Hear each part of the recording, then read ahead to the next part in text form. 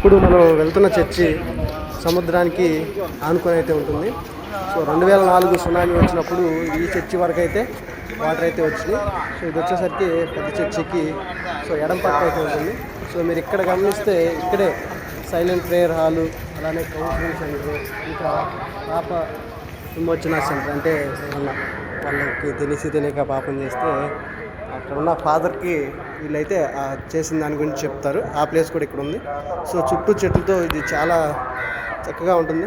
అయితే ఇక్కడ మిగతా చర్చిలా కాదు, ఇక్కడ అంతా కూడా పీస్ఫుల్గా చాలా సైలెంట్గా ఉంటుంది. అంటే ఇక్కడ వచ్చేసరికి సౌండ్ మేకింగ్ అనేది అస్సలు ఉండదు. సో ఇక్కడ చుట్టూ చెట్లతోటి పార్క్ అయితే ఉంది.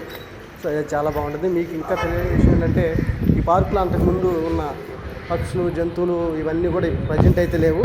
రెనోవేషన్ ప్రాసెస్లో అవి ఎక్కడికో మారిపోయింది. సో అవి ఏమైనా అనేది మనం నెక్స్ట్ వీడియోలో చూద్దాం.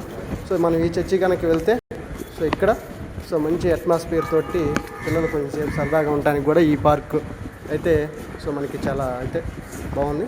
సో ఇప్పుడు వెళ్తున్నాం కదా, ఈ చర్చి చాలా అంటే చాలా సైలెంట్గా ఉంటుంది. ఇక్కడ ఎక్కడ కూడా నాయిస్ అయితే మనకి వినిపించదు. సో అక్కడికి వెళ్ళేసి మిగతా వాళ్ళు అంటే ప్రేయర్ చేసుకొని బయటకు వస్తారు. సో ఇది వచ్చేసరికి సిలువ ఆకారంలో ఉండే చర్చిలో సో 4వ భాగం ఈ చర్చి తోటి ముగిస్తుంది. సో మొదటి చర్చి చూశారు కదా, అలానే 2, 3 చర్చిలు కూడా మనకి 4వ చర్చి తోటి సో మనకి క్రాస్ సింబల్ అయితే పూర్తవుతుంది. సో ఇక్కడ వచ్చేసరికి జీసస్ ఏమైతే మనకు కనిపిస్తుంది సిలువ మోసినట్టుగా. సో ఇక్కడ వచ్చి మిగతా వాళ్ళందరూ కూడా సైలెంట్గా ప్రేయర్ చేసుకొని ఇక్కడ నుంచి అయితే వెళ్ళిపోతారు.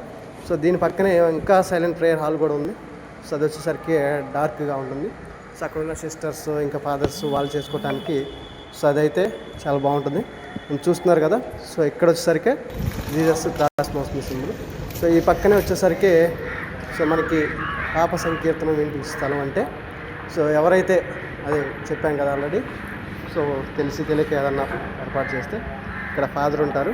సో ఆ ఫాదర్కి వాళ్ళైతే చెప్పేసి సో వాళ్ళు చేసిన పాపాన్ని క్షమించమని అయితే వాళ్ళు కోరుకుంటారు. అన్ని సో మధ్యలో సో రాయబారిగా చేసుకున్నారని సో వాళ్ళైతే సో ఇక్కడ చెప్తారనమాట. సో ఇప్పుడు మనం వెళ్తున్నాం కదా, అది డార్క్ ప్రేయర్ హాలు.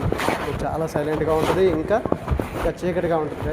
ఇక్కడ మెయిన్ ఏంటంటే ఫోన్స్ అయితే సైలెంట్లో పెట్టమని బయటే చెప్తారు. అయితే కొన్ని ప్లేసుల్లో వీడియోస్ కూడా నాటేలో, కొన్ని ప్లేసులో ఓకే. సో ఇక్కడ సైలెన్స్ ప్లీజ్ అని కనిపించింది కదా. సో ఇక్కడెక్కడ కూడా నాయిస్ అయితే మనకైతే సో వినిపించింది అనమాట. సో ఇది వెలుగులతోటి చాలా బాగుంది చూడటానికి. సో ఇక్కడికి వెళ్తే కొంచెం ప్రశాంతంగా అయితే మనకైతే అనిపిస్తుంది. సో పక్కనే ఇంకా కౌన్సిలింగ్ సెంటర్. సో అంటే కొంతమంది డిప్రెషన్ ఉన్న వాళ్ళకి ఇక్కడైతే కౌన్సిలింగ్ సెంటర్ అయితే ఉంటుంది. సో నెక్స్ట్ ఇది వచ్చేసరికి పోప్ హౌస్. సో అక్కడ ఉన్న ఆ పోప్స్ కానీ ఇంకా అలానే వాళ్ళందరూ కూడా ఉండడానికి ఇక్కడ ఉంటుంది. సో దీని వెనకాలే మనకి సముద్రం అయితే ఉంటుంది.